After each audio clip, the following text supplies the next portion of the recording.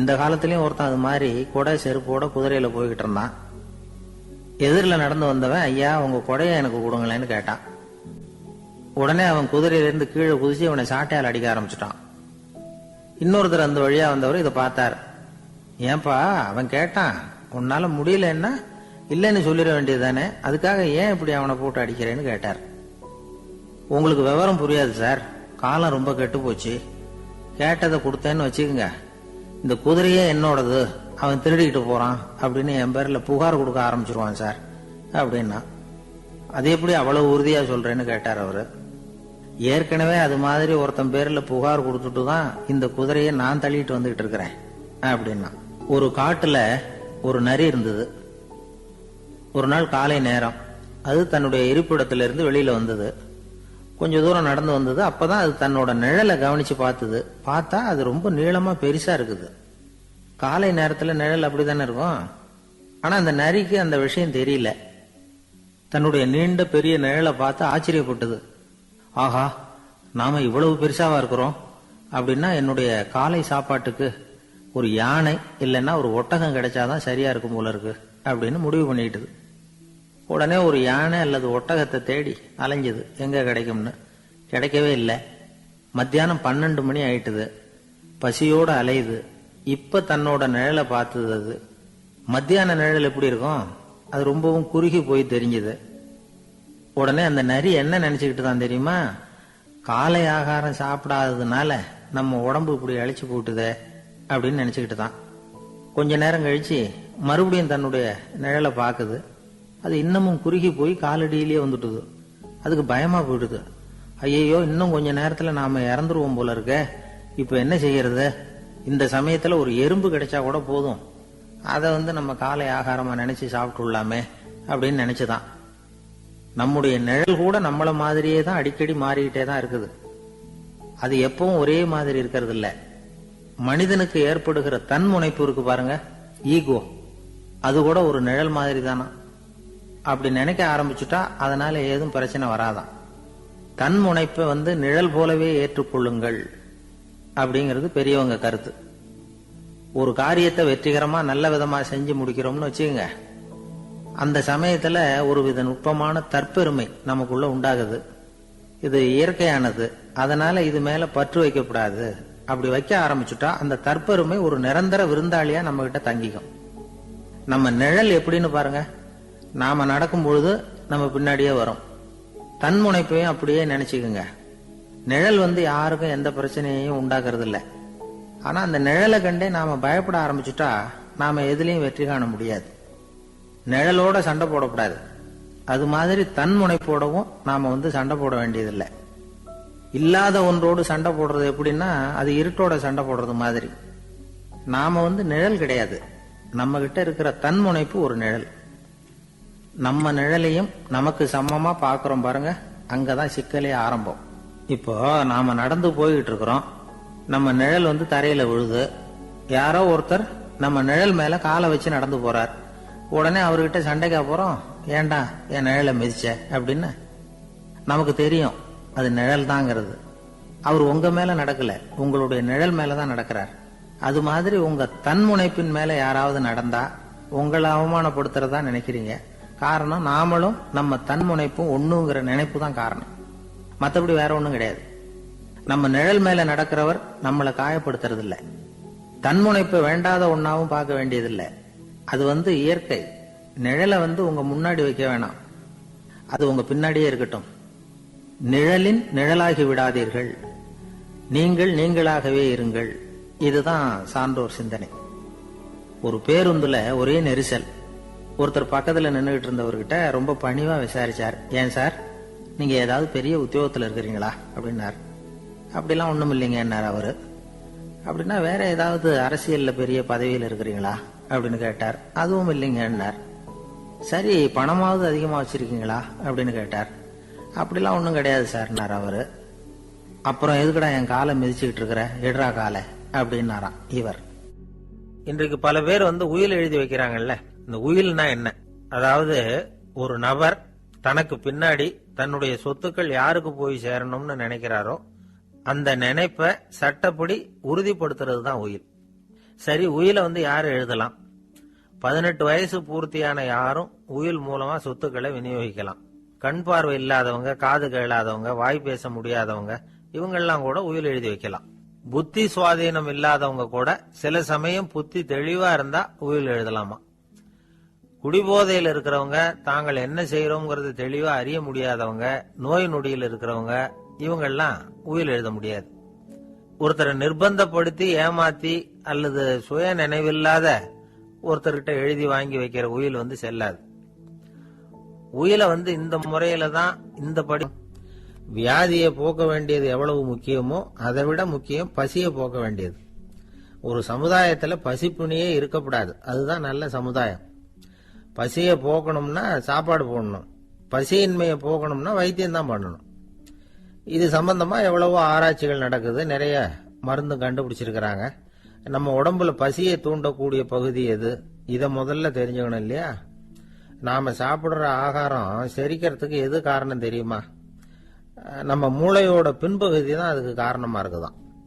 மூளையின் பின்பகுதியில நரம்பு செல்களால் ஆன 2 வகையான ஆரக்சின்கள் தான் பசியை உண்டாக்குது அப்படின்னு கண்டுபிடிச்சிருக்கிறாங்க. 2 ஆய்வாளர்கள் இதை கண்டுபிடிச்சிருக்காங்க. அவங்க 2 பேரும் டெக்சாஸ் பல்கலைக்கழகத்துல ஹார்வர்டு ஹக்ஸ் மருத்துவ கல்வி நிலையத்தில் பணிபுரிகிறவங்களாம். உண்பது தேவைங்கிறது உணரப்படும் போது மூளையின் அந்த குறிப்பிட்ட பகுதி ஆரக்சின் அப்படிங்கிற ஹார்மோன்களை சுரக்கும். அது பசி உணர்வை தூண்டும் அப்படிங்கிறது தான் அந்த ஆய்வாளர்களின் கண்டுபிடிப்பு. இந்த ஆரக்சின் வேற சில உயிரினங்கள்லயும் உண்டு. இப்ப எலிகள்ல கூட இது இருக்குது. அதனால எலிகளை வச்சு இது சம்பந்தமா ஆராய்ச்சி பண்ணாங்க. எலிகள் உடம்புல ஆரக்சினை செலுத்தி பார்த்தாங்க. உடனே என்னாச்சு தெரியுமா? அந்த எலியெல்லாம் பசியால துடிக்க ஆரம்பிச்சுட்டுது. எதையாவது தின்னு பசியை தீர்த்தா போதுங்கிற அளவுக்கு அந்த எலிகள்லாம் அல்லாட ஆரம்பிச்சுட்டுது. இயல்பா சாதாரணமா அந்த எலிகள் எவ்வளவு சாப்பிடுமோ அது மாதிரி 8 முதல் 10 மடங்கு அதிகமான ஆகாரத்தை 1 மணி நேரத்துக்குள்ள சாப்பிட்டு தீர்த்துட்டுதான். சில எலிகளின் மூளையில இந்த ஆரக்சின் அளவை கட்டுப்படுத்தி பார்த்திருக்கிறாங்க. உடனே என்னாச்சு தெரியுமா? அதெல்லாம் சாப்பாட்டை கண்டா முகத்தை திருப்பிட்டு போக ஆரம்பிச்சுட்டுதான். அந்த எலிகளுக்கு பசி எடுக்கலையா. இந்த ஆராய்ச்சியின் அடிப்படையில பசியை எடுக்காமல் இருக்கிற மனிதர்களுக்கும் பசியை தூண்ட முடியும் அப்படின்னு சொல்லி ஆராய்ச்சியாளர்கள் தெரிவிச்சிருக்கிறாங்க. ஆக ஆரக்சின் தான் பசிக்கு காரணம்ங்கிறது தெரிஞ்சு போச்சு. சரி, இந்த ஆரக்சின் அப்படின்னா என்ன? அது ஒரு கிரேக்க சொல். அதுக்கு பசின்னு அர்த்தம். நம்ம ஆளுங்களுக்கெல்லாம் பசியை தூண்டுறதுக்கு மருந்து தேவையில்லை, பசியை குறைக்கிறதுக்கு தான் மருந்து தேவை. ஒரு அம்மா டாக்டரை தேடி வந்தாங்களாம். டாக்டர், எங்க வீட்டுக்காரருக்கு திடீர்னு அகோர பசி, நிறைய சமைச்சு போடுறேன், அவ்வளவையும் சாப்பிட்டுட்டு கீழே கிடக்கிற குப்பை கூலங்களையும் எடுத்து சாப்பிட ஆரம்பிச்சுடுறார், என்னன்னு கவனிச்சு பாருங்க அப்படின்னாங்களாம். எவ்வளவு நாளா அப்படி இருக்குதுன்னு கேட்டிருக்காரு டாக்டர். 1 வாரமா அப்படி இருக்குதுன்னாங்களாம். இவ்வளவு நாளா ஏன் சும்மா இருந்தீங்க? ஆரம்பத்திலே இங்க அழைச்சிட்டு வர வேண்டியது தானே அப்படின்னாராம் டாக்டர். அது ஒண்ணுமில்ல டாக்டர், வீடு பூரா சுத்தமாகட்டுமேன்னு பாத்துக்கிட்டு இருந்தேன் அப்படின்னாங்களாம் அந்த அம்மா.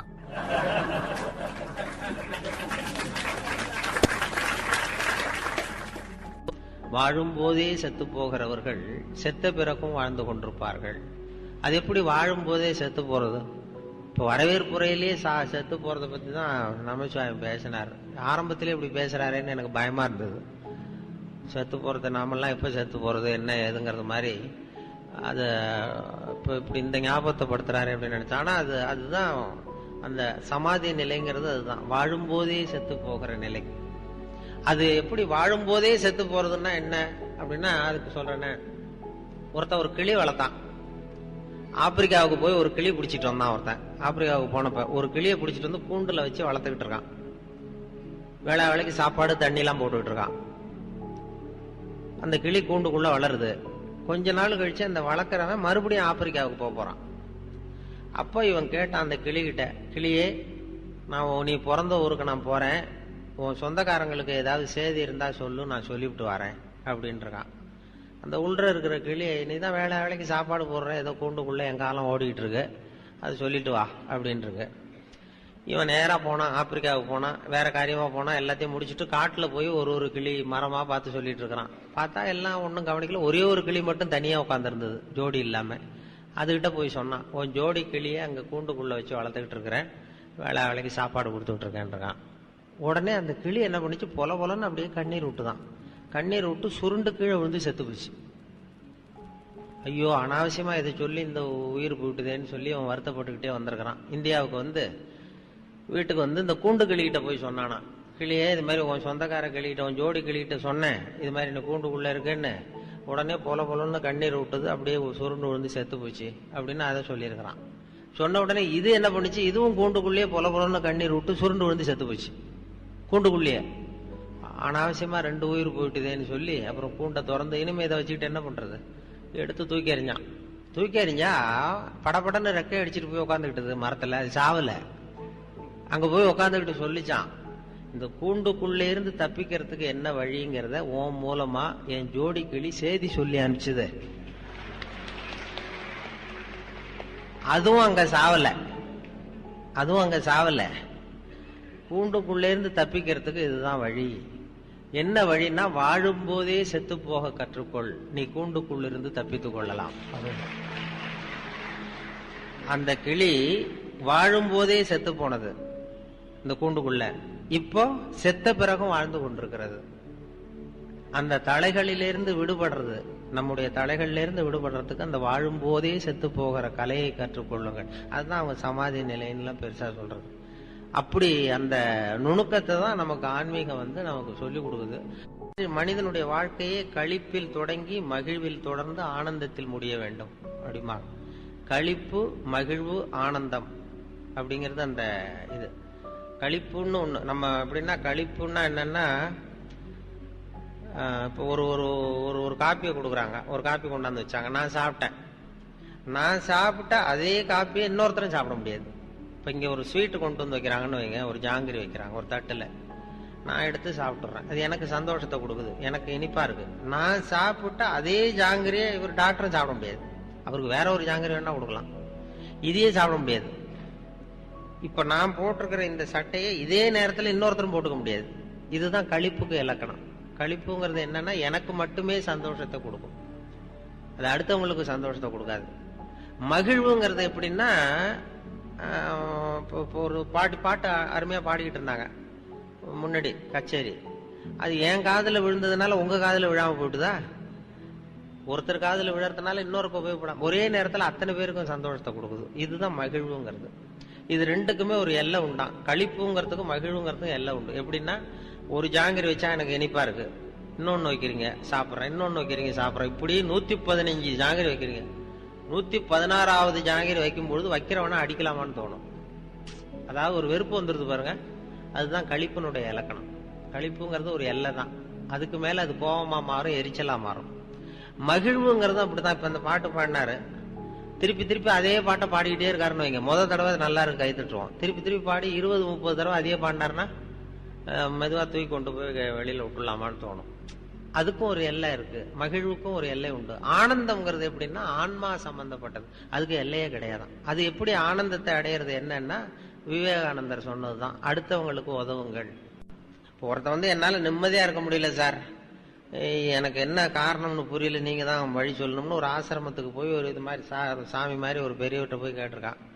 அந்த ஆசிரமத்துல பெரியவர் என்ன சொன்னாரு, நான் உனக்கு உன் நிம்மதிக்கு வழி வேணுமா உனக்கு, நான் சொல்றேன் வா, இங்க படு, ராத்திரிக்கு இங்க தங்கிரு, காலையில உனக்கு சொல்றேன் அப்படின்னு ராத்திரி சாப்பாடுலாம் போட்டு ஒரு பாயை போட்டு தலைவாணி கொடுத்து படுத்துக்கடா அப்படின்னு படுக்க வச்சுட்டார். நிம்மதியா படுத்துவோனான், ஏன்னா நல்ல சாப்பாடு போட்டு நல்ல காத்து படுத்து வாங்கிட்டான். காலையில இவர் வந்தார், சாமியார் வந்தார். இவன் படுத்துவோன தட்டி எழுப்பினாரே, எழுந்துறானது எழுந்திரிச்சான். என்ன ராத்திரி பூரா நிம்மதியா படுத்துவோனியா? நிம்மதியா தூங்கினேன் சாமி அப்படின்றான். அந்த தலைவாணியை தூக்கு அப்படின்னா தலைவாணி எடுத்தா ஒரு நல்ல பாம்பு அப்படியே படம் எடுக்குது உள்ள இருந்து. ராத்திரி பூரா உள்ள ஒரு நல்ல பாம்பு அப்படி படத்தை கொத்த வருது. அப்படியே அலறி அடிச்சுட்டு ஓடி வந்துட்டான். அப்ப இவர் இந்த சாமியார் சிரிச்சுட்டு சொன்னாராம், ராத்திரி பூரா அந்த நல்ல பாம்பு உன் தலைவாணிக்கு அடியில் தான் இருந்தது, நான் தான் கொண்டாந்து வச்சேன். ராத்திரிக்கு பூரா உன் தலைக்கு அடியிலேயே ஒரு நல்ல பாம்பை வச்சுக்கிட்டு உன்னால எப்படி நிம்மதியா இருக்க முடிஞ்சது அப்படின்னு கேட்டிருக்காரு. நிம்மதியா தூங்கினேங்கிற, ஆனா உன் தலைக்கு ஒரு அடி பக்கத்திலேயே நல்ல பாம்பு இருக்கு, எப்படி நிம்மதி உனக்கு கிடைச்சது? அது இருந்தது எனக்கு தெரியாது, என் மனசு அதுல இருந்து விலகி இருந்தது, அதனால நிம்மதியா இருந்தேன் அப்படின்றான். அப்பதான் அவர் சொன்னார், உன்னுடைய மனது எதுல இருந்து விலகி இருக்கிறதோ அதுல இருந்து உனக்கு நிம்மதி கிடைக்கும். அதனால அந்த மனதை விலகி இருக்கிற கலையை கற்றுக்கொள். அந்த அது இருக்குன்னு தெரிஞ்சிருந்ததுன்னா உன்னால தூங்கிருக்க முடியாது. பாம்பு இருக்குன்னு சொல்லியிருந்தேன்னா ஒரு வார்த்தை நீ தூங்கியிருக்க மாட்டேன். அந்த நுணுக்கத்தை கற்றுக்கொள் அப்படின்னு சொல்லி அவர் சொல்லுவாங்க. அப்படிதான் அந்த நமக்கு முன்னோர்கள்லாம் அதை சொல்றாங்க. விதி மதியெல்லாம் இவர் எந்த விதியை மதியால் வெல்லலாம்ங்கிறதா விவேகானந்தருடைய கருத்து. நான் துணிச்சலா விதியாவது உண்டாவது மதியால் எல்லாம் வெல்லலாம். வாழ்க்கையில நமக்கு விதி மதிங்கிறது ரெண்டு கலந்துதான் வந்துகிட்டு இருக்கு. அதுல என்ன முக்கியம்னா, நமக்கு புரிஞ்சுக்கிறாப்புல அதை சொல்லணும்னா, எதை சந்திக்கிறோமோ அது விதி, எப்படி சந்திக்கிறோமோ அது மதி. இதுதான் அந்த சந்தர்ப்பம்ங்கிறது. நாம சந்திக்கிறோம், எத்தனையோ சந்தர்ப்பங்கள் வருது. எதை சந்திக்கிறோமோ அதுக்கு பேர் விதி. அதை எப்படி நாம எதிர்கொள்ளுகிறோம் சந்திக்கிறோம்ங்கிறது மதி. அந்த மதி சாமர்த்தியமா இருந்ததுன்னா விதியை வெல்ல முடியுங்கிறது தான் விவேகானந்தருடைய கருத்து. அந்த அளவுக்கு அவங்க இது பண்றாங்க. அதுலதான் அந்த சமாதி நிலைங்கிறது ஒரு பெரிய ஆன்மீகத்துல அவங்க பெருசா சொல்றாங்க. அது 14 வயசுலயே விவேகானந்தருக்கு வந்துட்டுதுன்னு சொல்லி குறிப்புகள் சொல்லுது. அது அவங்க அப்பா ஏதோ ராய்ப்பூர்ல இருந்தாராம், விவேகானந்தருடைய அப்பா. அதாவது அப்பா நரேந்திரன் பேரு. இவங்க அம்மாவோட ஒரு மாட்டு வண்டியில போயிட்டு இருந்தாராம். அவங்க அப்பாவை பாக்குறதுக்கு ரொம்ப தூரம் மாட்டு வண்டியில போகணும். அப்படி போகும்பொழுது ஒரு காட்டு பாதை போயிட்டு இருக்கும்போது, பெரிய காட்டு பாதை, ரெண்டு பக்கம் பெரிய பெரிய மலை சிகரம், உயரம் ஆகாயத்தை தொடர்றது மாதிரி 2 சிகரங்கள். அது 2 மலை நெருங்கி இருக்கு. அதுல அந்த தேன் கூடு கட்டியிருக்கு. 2 மலையை இணைச்சி பெரிய தேன் கூடு கட்டியிருக்குது. இந்த இயற்கையினுடைய வினோதத்தை பார்த்து இவர் என்னமோ அதிசயத்தை ஒரு பரவச நிலைக்கு போயிட்டாராம் விவேகானந்தர் 14 வயசுல. அதுதான் அவர் முதல்ல அவருடைய நிலை. அதை சமாதி நிலைன்னே சொல்லி பின்னாடி எல்லாரும் அந்த குறிப்புல அதை சொல்றாங்க. சமாதி நிலைங்கிறது ரொம்ப பெரிய விஷயம். பெரியவங்களுக்கெல்லாம் அது ரொம்ப காலம் கழிச்சு ஏற்படுறது. ராமகிருஷ்ண பரமஹம்சர்கிட்டயே அவருடைய படத்தையே ஒருத்தர் ஓவியர் வரைஞ்சாராம். ராமகிருஷ்ணர் படத்தையே ஒருத்தர் ஓவியர் வரைஞ்சி அவர்கிட்டயே கொண்டு போய் காட்டியிருக்காரு. ராமகிருஷ்ணர் படத்தை வரைஞ்சி அவர்கிட்டயே கொண்டு போய் படத்தை காட்டியிருக்காரு ஓவியர். இவர் ராமகிருஷ்ணர் என்ன பண்ணாரு, அது தொட்டு கும்பிட்டாராம். நல்லா இருக்குன்னு சொல்லி தொட்டு கும்பிட்டுருக்காரு. இவருக்கு ஆச்சரியம் எல்லாருக்கும். என்னது உங்க படத்தையே தொட்டு கும்பிடுறீங்க அப்படின்னு கேட்டதுக்கு அவர் சொன்னாராம், இது என்னுடைய படமா இருந்தா நான் தொட்டு கும்பிட்டுருக்க மாட்டேன். நீ என்னுடைய சமாதி நிலையை படமா வரைஞ்சிருக்கிற, என்னுடைய சமாதி நிலையை நீ படமாக வரைந்திருக்கிறாய். அது உயர்ந்த நிலை, அது நாம் வணங்க வேண்டியது, அதனால தான் தொட்டு கும்பிட்டேன் அப்படின்பாங்க. அந்த சமாதிங்கிறது ஒரு பெரிய நிலை. அது அஷ்டாங்க யோகத்துல சொல்லுவாங்க. சரி, அந்த இயமம் நியமம் ஆசனம் பிராணாயாமம் பிரத்யாகாரம் தாரணை தியானம் சமாதின்னு சொல்லுவாங்க. 8 நிலை. அது எப்படின்னா, ஒரு ஆமை ஏதாவது ஒரு ஆபத்துன்னா 4 காலு தலையை உள்ற இழுத்துக்குதுல்ல, அது மாதிரி 5 புலன்களையும் நாம உள்ற இழுத்துக்கிறது, உள்ற ஒடுக்க தெரியணும். ஆங்காரம் உள்ளடக்கி 5புலனை சுட்டறுத்து தூங்காமல் தூங்கி சுகம் பெறுவது எக்காலம் அப்படின்னு பத்திரகிரியார் பாடுறார். தூங்காமல் தூங்குவதுங்கிறது தான் சமாதி நிலை. தூங்காமல் தூங்கி சுகம் பெறுவது எக்காலம். அது ஆங்காரம் உள்ளடக்கி 5புலனை சுட்டறுத்து அப்படின்னா 5 புலன்கள் இருக்குல்ல, அதுல சுட்டு அறுக்கணும். அதாவது இப்ப இந்த கேன்சருக்கெல்லாம் தீச்சு விட்டுறாங்கல்ல, வெறுமனை அடக்கிறது இல்ல, சுட்டு அறுத்து அந்த 5 புலன்களையும் ஆமை மாதிரி உள்ற அடக்கிட்டு தலையை இழுத்துக்கிட்டாங்கன்னா அதுக்கு பேரு தான் பிரத்யாகாரம்னு பேரு. அந்த உள்ற அடக்கின 5 புலன்களையும் ஒரே எண்ணத்தை நோக்கி ஒரே புள்ளியை நோக்கி செலுத்துவதற்குள்ள அதுக்கு தாரணைன்னு பேரு. அந்த ஒரு புள்ளியிலேயே நிலைச்சிருக்க வைக்கிறது இருக்குல்ல, அதுக்கு தியானம்னு பேரு. அதையும் கடந்து போறது சமாதி. இதுதான் அவங்க சொல்றது சமாதி நிலைங்கிறது. அது வாழும் போதே செத்து போகிறவர்கள் செத்த பிறகும் வாழ்ந்து கொண்டிருப்பார்கள் அப்படிங்கிறது ஒரு பெரிய தத்துவம். அது தற்செயலா நடந்த ஒரு இது. என்ன மாதிரியே பேசுறேன்னாரு, அவர் மாதிரியே பேசக்கூடிய ஒரு நிகழ்ச்சி பெரிய மருதுன்னு ஒரு சினிமா படம் பெரிய மருதுன்னு ஒரு அதுல நடிச்சு விட்டு அவர் இறந்து போனார். அதுக்கப்புறம் அந்த குரலுக்கு தகுந்தாப்புல பேசணும்னு சொல்லி இந்த வி கோபாலகிருஷ்ணன் இன்னும் அந்த நடிகர்கள்லாம் புடிவாம கொண்டு, எனக்கு பேச தெரியாது சார், எனக்கு அதெல்லாம் அனுபவம் இல்லை. என்ன இல்ல அவர் வாயை அசைக்கிறாரு, என்ன பேசியிருக்காருன்னு நாங்க சொல்லி கொடுக்குறோம், அதே மாதிரி பேசி அவர் வாயை திறந்தா நீயும் திறக்கணும், மூடனா மூடணும் அப்படின்னு சொல்லி என்ன ரொம்ப கஷ்டப்படுத்தி அதை எடுத்தாங்க. அப்புறம் படத்துல எப்படியோ மேக்கப் பண்ணி சரி பண்ணாங்க. அது மாதிரி தற்செயலா அது மாதிரி நடந்தது. அனுமார் வேஷம் போட்டதுதான் அவருடைய முதல் அனுபவம் அப்படின்னு சொல்லி சொன்னார். அது சில பேருக்கு சொன்னாங்க, ஒரு படத்துல அனுமார் வேஷம் போட்ட ரொம்ப தத்ரூபமா இருந்ததுதான். நீ எதுவாக இருக்கிறாயோ அதுவாகவே ஆகிவிடுன்னு ஒரு பெரிய தத்துவம் சொல்லுவாங்க. அப்ப அவர் சொன்னார், நான் அனுமார் வேஷம் போட்டா குரங்காவே ஆயிடுவேன் சார் அப்படின்னு ஒருத்தர் அவ்வளவு ஒன்றி நடிக்கிறவர். அவருக்கு முதல் பரிசு கொடுத்தாங்களாம் அனுமார் வேஷம். அப்போ மேடையில கேடயத்தை வாங்கிட்டு அவர் அனுமார் வேஷம் போட்டு முதல் வாங்கினவர் சொல்லிருக்காரு, என்ன மன்னிச்சுங்க, அவர் இந்த பரிசுக்கு உரியவன் நான் கிடையாது, எனக்கு மேக்கப் போட்டாரே அவருக்கு தான் கொடுக்கணும், அவரு தான் உண்மையான பரிசுக்குரியவர், அவரை கூப்பிட்டு கொடுங்க அப்படின்னு கொடுத்துருக்காரு. மேக்கப் மேனை கூப்பிட்டு அவர் கையில இந்த கேடயத்தை கொடுத்தாங்களாம். இந்த மேக்கப் மேன் அப்புறம் பேசினாராம். அவர் ரொம்ப ஐயா தன்னடக்கத்தோட அந்த பரிசை என்கிட்ட கொடுத்துருக்காரு, நான் உண்மையிலேயே அவருக்கு மேக்கப்பே போடல, சும்மா வாழை மட்டும்தான் ஒட்ட வச்சேன் அப்படின்னாலாம். அது எப்படி இருக்கு பாருங்க. அப்படி சில பேருக்கு அப்படி இயல்பா அமையும். எனக்கு இது மாதிரி இந்த நகைச்சுவை பேசுறது இப்படி சந்தர்ப்பங்கள் வந்ததும் 4 பேர் சிரிக்க ஆரம்பிச்சு, சரி இப்படி பேசலாம் போல் இருக்கேன்னு ஒரு தயக்கத்தோட இருந்தாலும் மேடை பேச்சு பயந்துகிட்டு இருந்தேன். என்ன முதல்ல பிஆர் கோவிந்தராஜன் ஹியூமர் கிளப் இதா இருந்தார். அவர் ஒரு தடவை எங்க டைரக்டர் கூப்பிட்டுருக்காரு, ஹியூமர் கிளப்ல பேசுங்க சார் அப்படின்னு. அவரு என்ன பண்ணிட்டாரு, எனக்கு ஹியூமர் எல்லாம் வராது, நான் ஒரு ஆள் அனுப்புறேன் அப்படின்னு சொல்லி என்ன பிடிச்சி நீ தான் போய் பேசிட்டு வரணும்னாரு. சார் எனக்கு தனியா இருக்கிறப்ப பேசுவேன், போய் மேடையெல்லாம் பேச தெரியாது என்ன. இல்ல நான் வரேன்னு சொல்லிட்டேன், எனக்கு பதிலாக நீ தான் போகணும்னு கட்டாயப்படுத்தி கொண்டு போய் அந்த மயிலாப்பூர் பாரதிய வித்யாபவன்ல பிஆர் கோவிந்தராஜன் தான் முதல்ல என்ன புடிவாதமா கொண்டு போய் நிறுத்தினார். அது ஹியூமர் கிளப்புங்கிறதுனால வேடிக்கையா பேசணுமேங்கிற கட்டாயத்துல கொஞ்சம் பேசி பேசி அப்படி பழக்கமாகி இப்போ அது மாதிரி இப்போ சகஜமா போச்சு. அதனால முதல்ல மேடை ஏத்தினது ஹியூமர் கிளப்பு தான் என்ன அந்த இதுல பிஆர் கோவிந்தராஜன். அதுக்கப்புறம் அதனுடைய பயிற்சி என்னன்னா, எதை பேசினாலும் வேடிக்கையான கற்பனையா வந்துருது.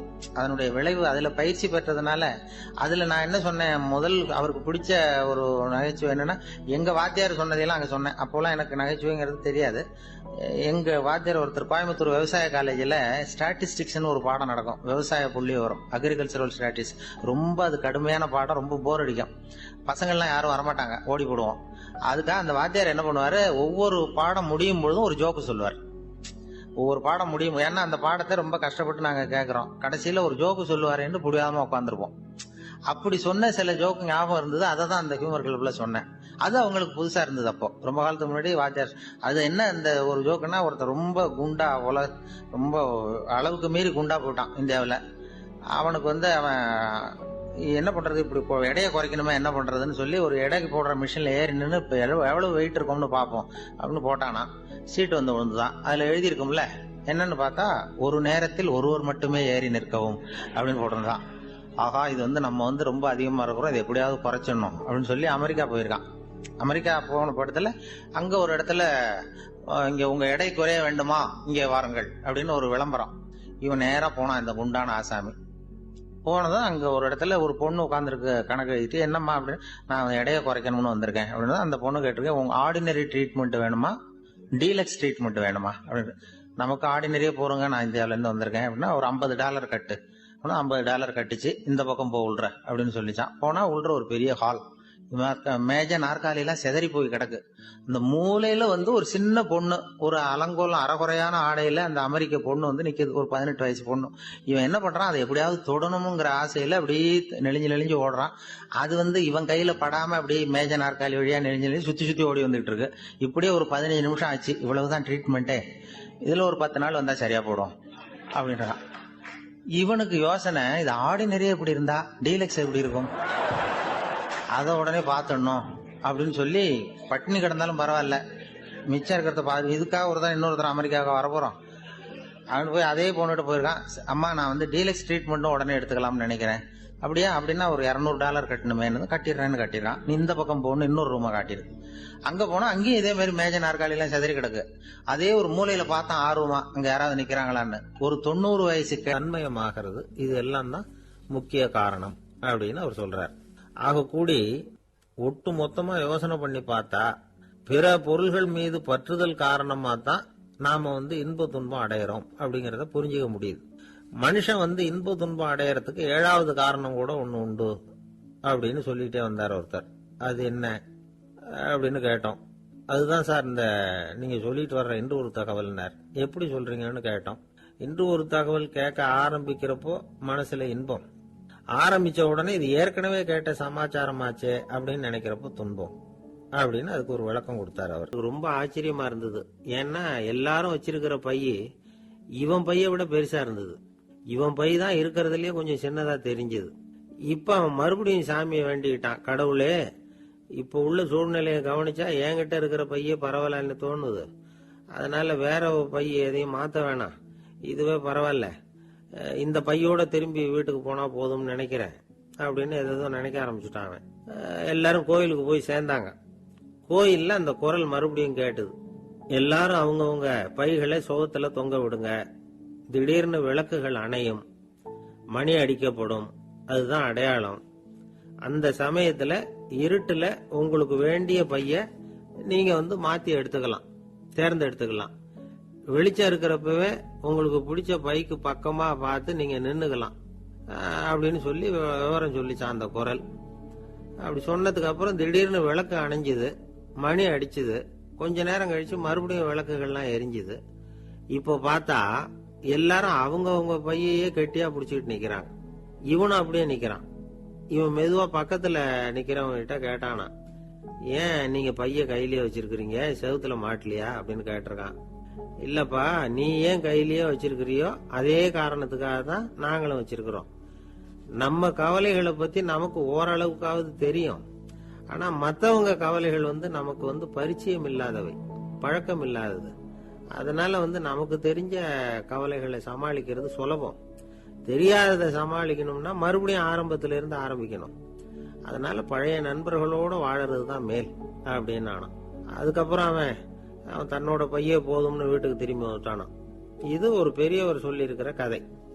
அதனால நம்ம கிட்ட இருக்கிற கஷ்டங்கள் தான் பெருசு, அதை இன்னொருத்தங்கிட்ட கொடுத்துட்டு மாத்திக்கலாம் அப்படின்னு நினைக்கிறது தப்பு. இதே மாதிரி இன்னொரு சம்பவம். ஒரு ஊர்ல ஒரு நாள் ராத்திரி ஆகாயத்தில இருந்து கடவுள் குரல் கேக்குது. இந்த ஊர்ல இருக்கிற ஜனங்கள்லாம் கொஞ்சம் கவனிங்க, உங்களுக்கு ஒரு செய்தி. அதாவது இங்க இருக்கிற ஜனங்கள்லயே கொஞ்சம் கூட கவலையே இல்லாத ஆள் யாருன்னு எனக்கு தெரியணும். அதனால எல்லாரும் அவங்க கவலைகளை ஒரு பையில போட்டு எடுத்துக்கிட்டு கோயிலுக்கு வாங்க அப்படின்னாரு கடவுள். உடனே வரிசையா எல்லாரும் வர ஆரம்பிச்சாங்க. எல்லார் கையிலயும் பை இருந்தது, சின்னதும் பெருசுமா. கவலையே இல்லாத ஆள் யாருன்னு தேடினார் கடவுள். ஒரே ஒரு ஆள் மட்டும் கையில எதுவும் இல்லாம வெறும் கையை வீசிக்கிட்டு ரொம்ப ஜாலியா நடந்து வந்துகிட்டு இருந்தான். கடவுள் அவங்க கிட்ட போனார். ஏன்பா உனக்கு கவலையே இல்லையா அப்படின்னு கேட்டார். எனக்கும் சில கவலைகள்லாம் உண்டு அப்படின்னு அவன். எங்க அதெல்லாம்னு கேட்டிருக்காரு கடவுள்.